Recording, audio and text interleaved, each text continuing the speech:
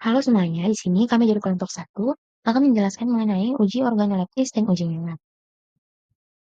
Sebelumnya, perkenalkan anggota kelompok kami yaitu Anggun Maharani, Dinda Syuhada Afriani, Kersian Turnip, Nisufi Anissa Barani, Regina Tias Salonika Sembilan, dan Renoren Valentina Bertarigan. Pengujian sensorik juga dikenal sebagai pengujian organoleptik.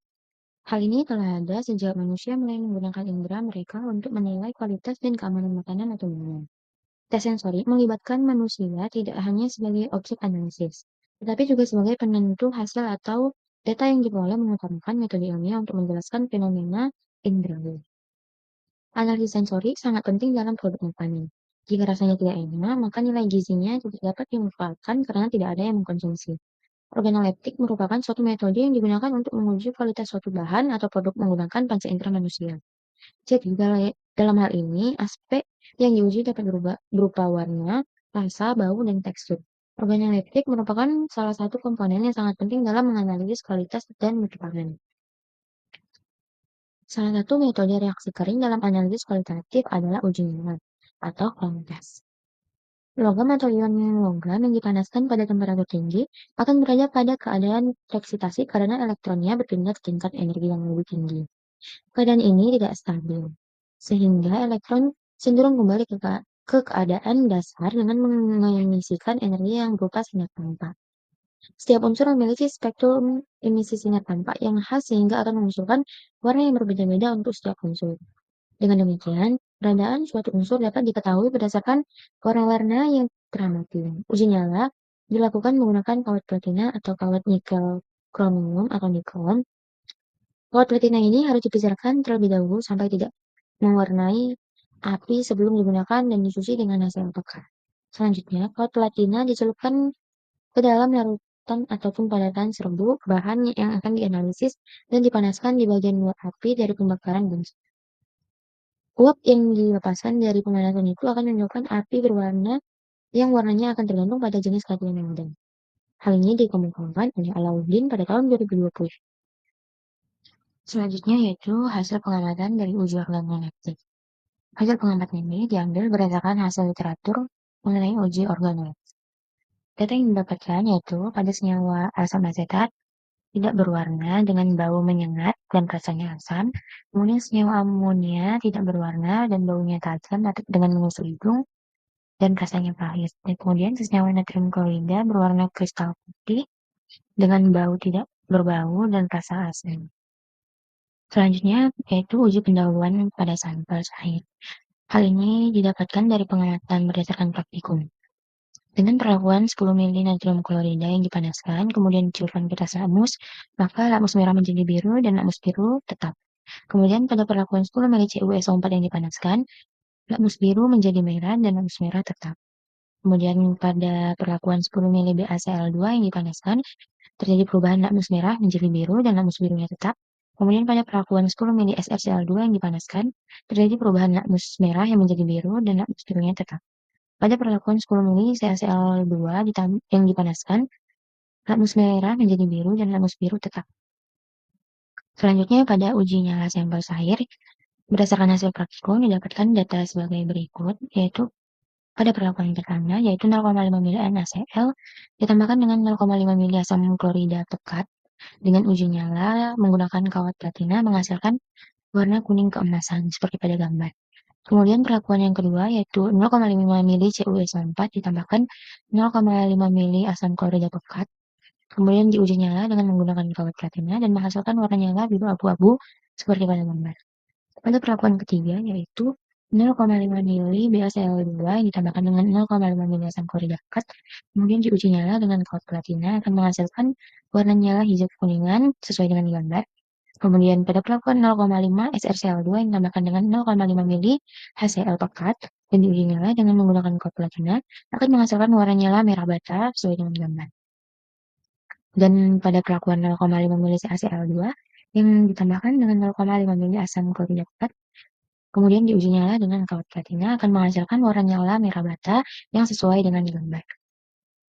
Pembahasan pada uji organoleptik yaitu asam asetat termasuk senyawa organik yang dikenal dengan bau menyengat khas cuka dan rasa asam yang kuat. Identifikasi asam asetat dalam farmakopeia mengalami revisi dari penilaian olfaktori menjadi prosedur berbasis warna untuk meningkatkan akurasi dan keselamatan dalam pengujian. Amonia adalah gas yang tidak berwarna dan bau tajam yang khas, serta rasanya yang pahit. Studi menunjukkan bahwa amonia memiliki titik didih rendah dan mudah larut dalam air, serta menghasilkan larutan dengan sifat basa kuat. Natrium klorida atau garam dapur adalah senyawa kristal putih tanpa bau dengan rasa yang asing. Kemudian penelitian menunjukkan bahwa pengurangan natrium klorida dalam produk makanan dapat dicapai melalui formulasi emulsi minyak dalam air. Hal ini mempertahankan persepsi rasa asin meskipun kadar natrium dikurangi hingga 25%. Hal ini dikemukakan oleh Cornelia et al. Pada tahun 2017. Selanjutnya yaitu pembahasan mengenai uji pendahuluan penyelesaian sampel cair. Secara teori, larutan garam dapat menunjukkan sifat asam, basa, atau netral tergantung pada asal garam tersebut, yaitu dari asam kuat atau lemah dan basa kuat ataupun basa lemah. Untuk memahami sifat asam basa dari larutan garam, uji sederhana yang sering digunakan adalah kertas lakmus. Kertas lakmus ini akan memberikan perubahan warna, yaitu kertas lakmus merah akan berubah menjadi biru dalam suasana yang basah, sedangkan kertas lakmus biru akan berubah warna menjadi merah dalam suasana yang asam.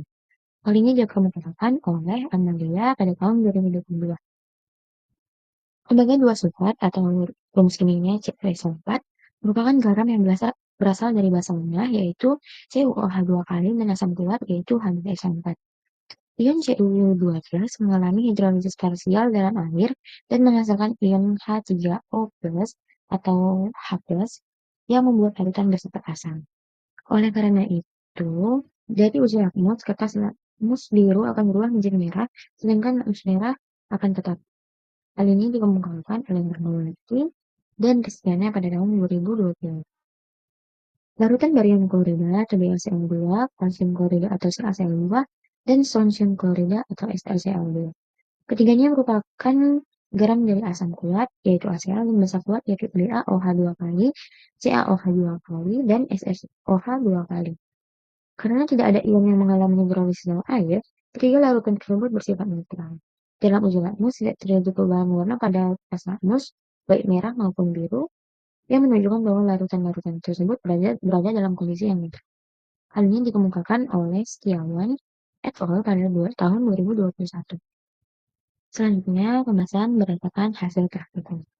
Beberapa garam netral seperti NaCl, BaCl, SlCl2, dan CaCl2 menunjukkan sifat basa saat diuji dengan kertas lakmus, dan ditandai dengan perubahan arus merah menjadi biru. Secara teori, garam-garam ini berasal dari asam kuat dan basa kuat, sehingga larutannya seharusnya netral. Namun, pada hasil praktikum menunjukkan indikasi basa yang mungkin disebabkan oleh pengaruh pemanasan, autoionisasi air yang meningkat, atau adanya pengotor seperti ion karbonat dan bikarbonat dalam air. Dalam kasus tertentu, ion logam seperti Sr2+ dan Ca2+ juga dapat berperan dalam meningkatkan pH saat dipanaskan. Sementara itu, CuSO4 menunjukkan sifat asam yang sesuai dengan teori. Garam ini berasal dari asam kuat H2SO4 dan basa lemah, yaitu CuOH2 kali. Sehingga ion Cu2+ mengalami hidrolisis dan menghasilkan ion H+ dalam larutan. Hal ini menyebabkan perubahan lakmus biru menjadi merah, yang menunjukkan sifat asam larutan secara konsisten. Selanjutnya yaitu pembahasan pada uji nyala terhadap sampel cair. Berdasarkan teori, asam asetat adalah senyawa organik dengan bau khas dan tajam dan rasa asam yang kuat. Penggunaan teknik seperti GCMS dan GCIMS memungkinkan identifikasi senyawa volatil yang berkontribusi pada aroma khas asam asetat. Hal ini dikemukakan oleh Yang et al. Pada tahun 2025. Amonia adalah gas dengan bau tajam yang khas dan rasa pahit. Analisis sensori molekuler dapat mengidentifikasi senyawa aktif aroma dalam amonia, yang penting dalam penentuan kualitas dan keamanan pangan, yang dikemukakan oleh Bayu Kurt pada tahun 2024. Etanol memiliki bau khas alkohol dan rasa hangat yang sedikit manis. Pentingnya evaluasi sensori dalam menentukan profil rasa dan aroma etanol yang berkontribusi pada penerimaan konsumen terhadap produk yang mengandung etanol. Natrium klorida atau garam dapur memiliki rasa asin yang khas dan tidak berbau. Meskipun tidak memiliki senyawa volatil yang signifikan, Keberadaannya penting dalam modulasi rasa dalam berbagai produk pangan. Asam klorida encer memiliki bau menyengat dan rasa yang sangat asam. Penggunaan teknik analisis sensori dapat membantu dalam mendeteksi keberadaan HCl dalam larutan. Hal ini penting untuk kontrol kualitas dan keselamatan. Hal ini dikemukakan oleh saintis pada tahun 2024. Yang selanjutnya yaitu pembahasan secara praktikum pada uji nyala terhadap sampel air. Berdasarkan praktikum, ketika NaCl ditambahkan dengan HCl, warna nyalanya itu kuning keemasan. Ion logam yang dominan yaitu natrium. Warna kuning keemasan yang sangat khas itu dihasilkan karena elektron Na+ mengalami oksidasi. Kemudian ketika CuSO4 ditambahkan dengan HCl akan menghasilkan warna nyala biru abu-abu.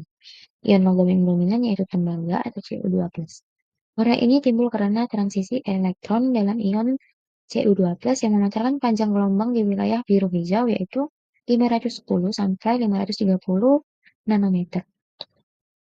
Selanjutnya, ketika BaCl2 yang ditambahkan dengan HCl akan menghasilkan warna nyala hijau kuning. Dengan ion logam yang dominan yaitu barium atau Ba2+. Kemudian ion barium ini menghasilkan warna hijau kekuningan dengan panjang gelombang di kisaran 524 sampai 560 nanometer. Dan ketika SrCl2 ditambahkan dengan HCl, warna nyala yang dihasilkan yaitu merah darah. Ion logam yang dominan yaitu strontium atau Sr2+. Strontium ini menghasilkan warna nyala merah karena transisi elektron pada Sr2+ memancarkan panjang gelombang sekitar 650 nanometer masuk dalam wilayah merah spektrum tampak. Warna ini cukup merah dan mudah diamati meskipun dalam campuran sederhana. Sementara pada penambahan CaCl2 yang ditambahkan dengan HCl akan menghasilkan warna nyala merah bata. Dengan ion logam yang dominan yaitu kalsium atau Ca2+. Ion kalsium ini menghasilkan nyala merah bata dengan panjang gelombang sekitar 622 nanometer. Warna ini berbeda dari merah darah karena lebih redup dan ada nuansa orange.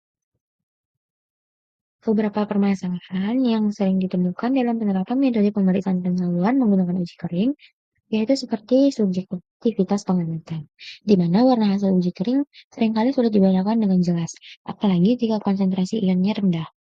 Kemudian, interferensi warna, di mana ion dominan seperti Na+ dapat menutupi warna ion lain dalam uji nyala. Yang ketiga, keterbatasan sumber daya.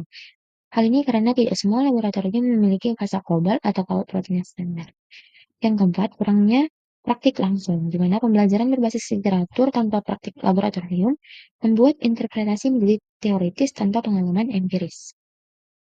Beberapa solusi yang disarankan untuk mengatasi permasalahan tersebut yaitu menggunakan panduan warna standar dan tabel pembanding dalam interpretasi warna hasil uji. Yang kedua, menyaring nyala api menggunakan kaca kobalt untuk mengurangi dominasi warna natrium. Dan yang ketiga, melakukan pengulangan uji untuk memastikan konsistensi hasil. Menggabungkan uji kering dengan analisis basah untuk meningkatkan validitas identifikasi ion. Dan yang keempat, memberikan pelatihan visualisasi hasil uji berbasis simulasi atau video laboratorium bagi mahasiswa yang tidak dapat melakukan praktik langsung. Kesimpulan yang didapat yaitu asam asetat, amonia, dan natrium klorida merupakan senyawa umum yang dikenal melalui bau, rasa, atau bentuk fisiknya.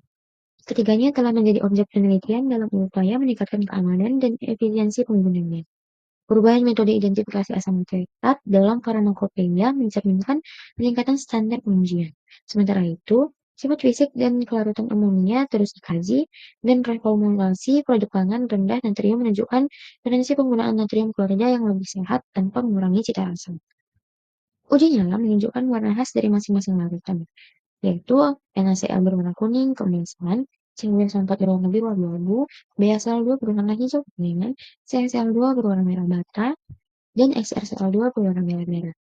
Pada uji pendahuluan dengan lakmus menunjukkan bahwa CuSO4 bersifat asam, menggunakan lakmus biru menjadi merah, sedangkan larutan lainnya menunjukkan sifat basah dengan mengubah lakmus merah menjadi biru. Hasil ini menggambarkan karakteristik kimia masing-masing senyawa dalam kondisi praktikal. Baiklah, cukup sekian penjelasan kami mengenai uji organoleptis dan uji nyala. Mohon maaf bila ada salah kata, dan terima kasih.